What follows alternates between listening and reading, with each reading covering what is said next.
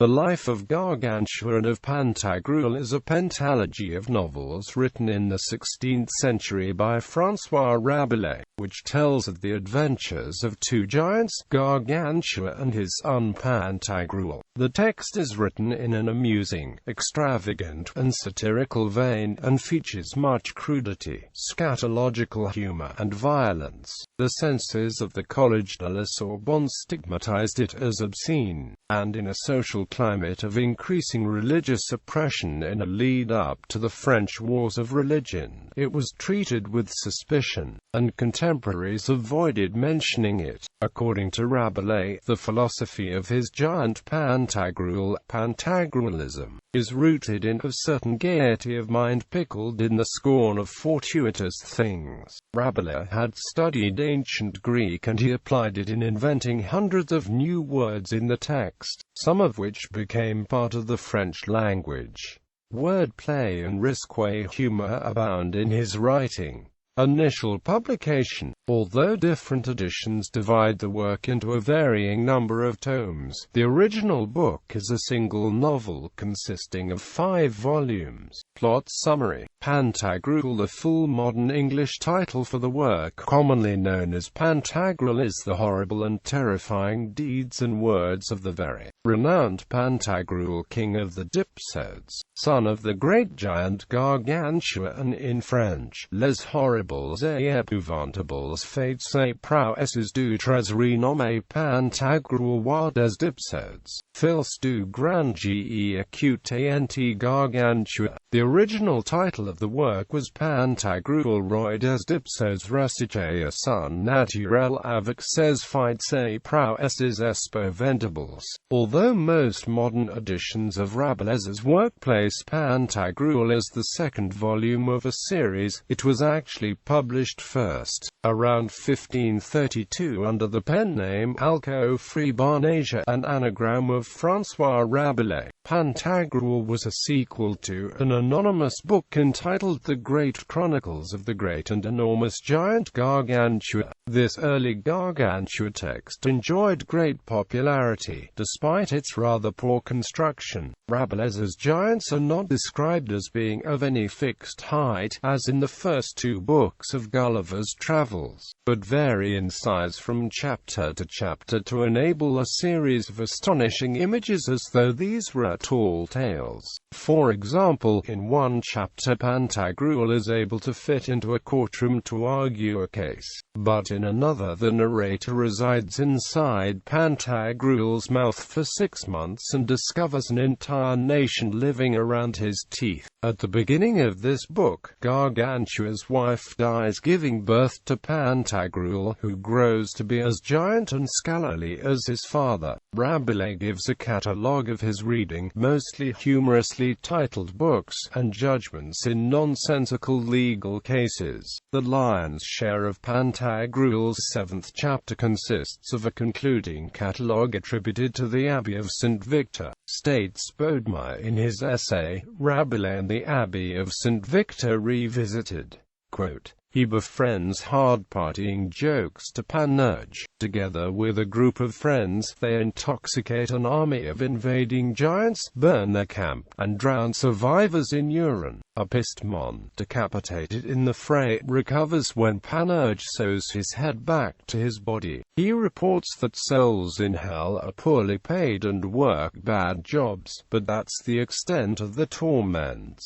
Another battle is missed by the narrator, who is exploring the civilization in Pantagruel's mouth at the time. Gargantua. After the success of Pantagruel, Rabelais revisited and revised his source material. He produced an improved narrative of the life and acts of Pantagruel's father in the very horrific Life of Great Gargantua, father of Pantagruel, commonly known as Gargantua. This volume begins with the miraculous birth of Gargantua after an 11-month pregnancy. The labor is so difficult, his mother threatens to castrate his father, Lord Grandgousier. The giant Gargantua emerges at his mother's left ear, calling for ale, while 17,913 cows were required for the provision of his daily milk. His first garment featured a codpiece whose texture, outjecting or outstanding, was of the length of a yard, its contents providing so much delight that his 3 nurses squabble over claims to it. After some indifferent education at home, he is sent to Paris, where the crowds so annoy him that he drowns thousands of them in a flood of urine. He steals the bells of St. Anthony, but gives them back after a sophist makes ludicrously self-centered appeals for the return. While he studies diligently in Paris, the neighboring Lord Pickrochel's bakers are insulted and attacked by Grandgousia's shepherds. A massive retaliatory strike against Grandgousia's lands is finally halted at Seville by the merciless Friar John. Grandgousia sues for peace,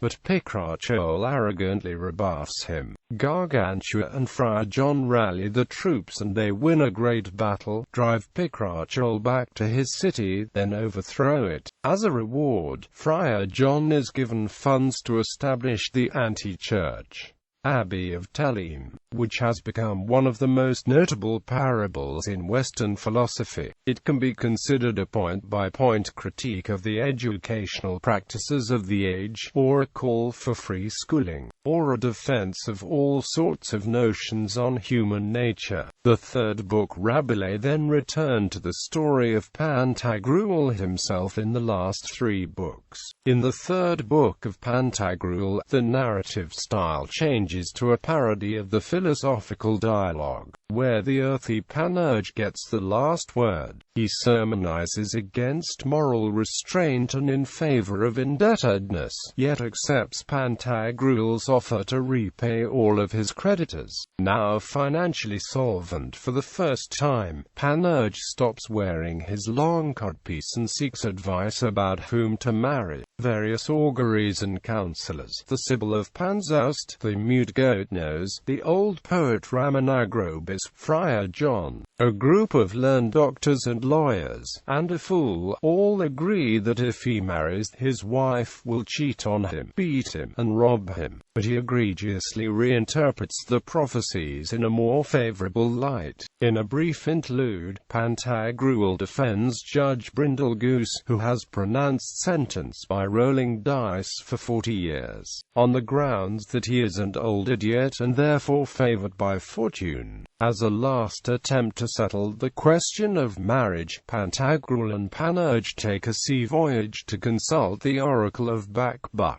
The ship is well provisioned with the phallic herb Pantagruelian, for which Rabelais gives a ribald natural history. The fourth book, The Sea Voyage, continues for the whole of the fourth book of Pantagruel. The whole book can be seen as a comical retelling of the Odyssey, or of the story of Jason and the Argonauts. In the fourth book, perhaps his most satirical, Rabelais criticizes what he perceived as the arrogance and wealth of the Roman Catholic Church, the political figures of the time, and popular superstitions, and he addresses several religious, political, linguistic, and philosophical issues. The group sailed to East Asia, and buy many exotic animals. Panurge quarrels with the ship merchant Ding Dong, and takes his revenge by drowning him and his flock. They pass by the islands of the bailiffs, whose peasants charge to be beaten. During a terrible storm at sea, Panurge is paralyzed with fear, but feigns insufferable bravura afterwards. After slaying a sea monster, and being informed of the death of the giant Lent, they arrive at Wild Island, where the half-sausage inhabitants mistake Pantagruel for their enemy Lent and attack. The battle is stopped by a divine winged pig, who excretes mustard on the battlefield. They proceed to Rouish, whose people eat it, to Baron Pope Figland, where a farmer and his wife outwit the devil, and to the arrogantly Catholic Papimania, where the people worship the Pope and his decretals. After sailing through a cloud of frozen words and sounds, they come to an island that worships Gaster, the god of food. The book ends when Pantagruel fires a salute at the island of the Muses, and Panurge befouls himself for fear of the sound, and of the celebrated cat Rodbelardus.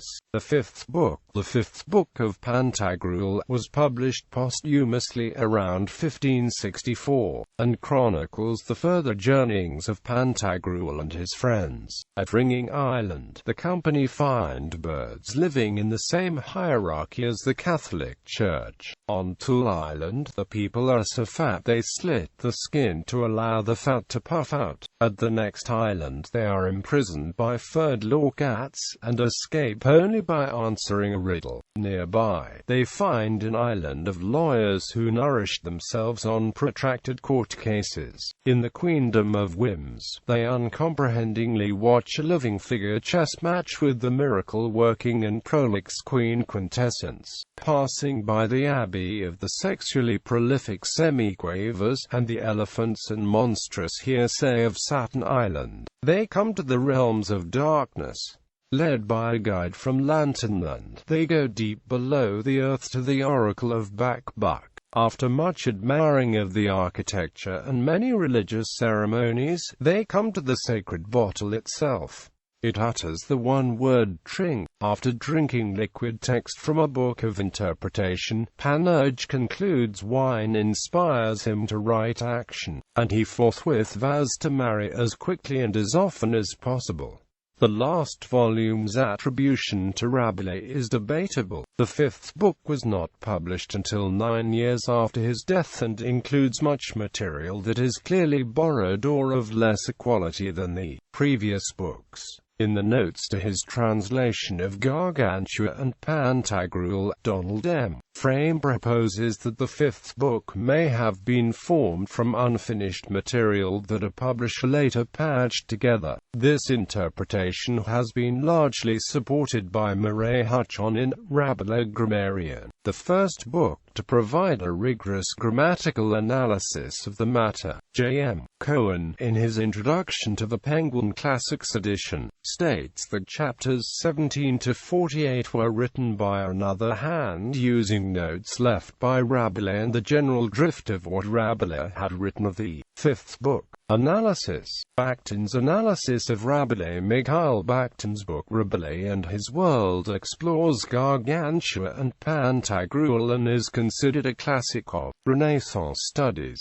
Bakhtin declares that for centuries Rabelais' book had been misunderstood. Throughout Rabelais and His World, Bakhtin attempts two things. Firstly, to recover sections of Gargantua and Pantagruel that in the past were either ignored or suppressed. Secondly, to conduct an analysis of the Renaissance social system in order to discover the balance between language that was permitted and language which was not. Through this analysis, Bakhtin pinpoints two important subtexts in Rabelais' work. The first is carnivalesque, which Bakhtin describes as a social institution, and the second is grotesque realism, which is defined as a literary mode. Thus, in Rabelais and His World, Bakhtin studies the interaction between the social and the literary, as well as the meaning of the body. Bakhtin explains that carnival in Rabelais' work and age is associated with the collectivity. For those attending a carnival do not merely constitute a crowd. Rather, the people are seen as a whole, organized in a way that defies socio-economic and political organization. According to Bakhtin, all were considered equal during carnival. Here, in the town square, a special form of free and familiar contact reigned among people who were usually divided by the barriers of caste, property, profession, and age. At carnival time, the unique sense of time and space causes the individual to feel he is a part of the collectivity, at which point he ceases to be himself.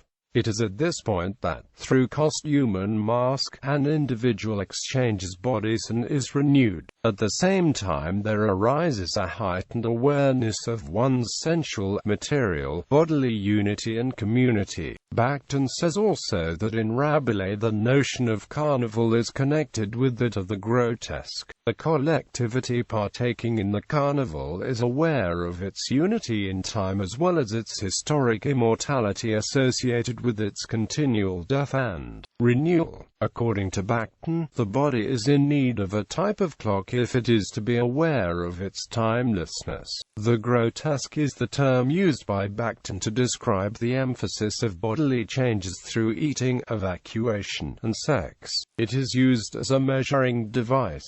Translations. Thomas Urquhart first translated the work into English in the mid-17th century, although his translation was incomplete, and Peter Anthony Motteux completed the translation of the 4th and 5th books. The Urquhart-Motteux version is far from literal, but Urquhart's work was described by J. M. Cohen in the preface to his 1955 translation as more like a brilliant recasting and expansion than a translation. Although Motteux's contribution was criticized as no better than competent hackwork, here Urquhart often enriches, he invariably impoverishes. The Urquhart-Motteux translation is out of copyright, and so it has been used for many reprinted editions, including that of Britannica's Great Books of the Western World. William Francis Smith made a new translation in 1893, trying to match Rabelais' sentence forms exactly, which renders the English obscure in places. For example, the convent prior exclaims against Friar John when the latter bursts into the chapel, "What will this drunken fellow do here? Let one take me him to prison," thus to disturb divine service.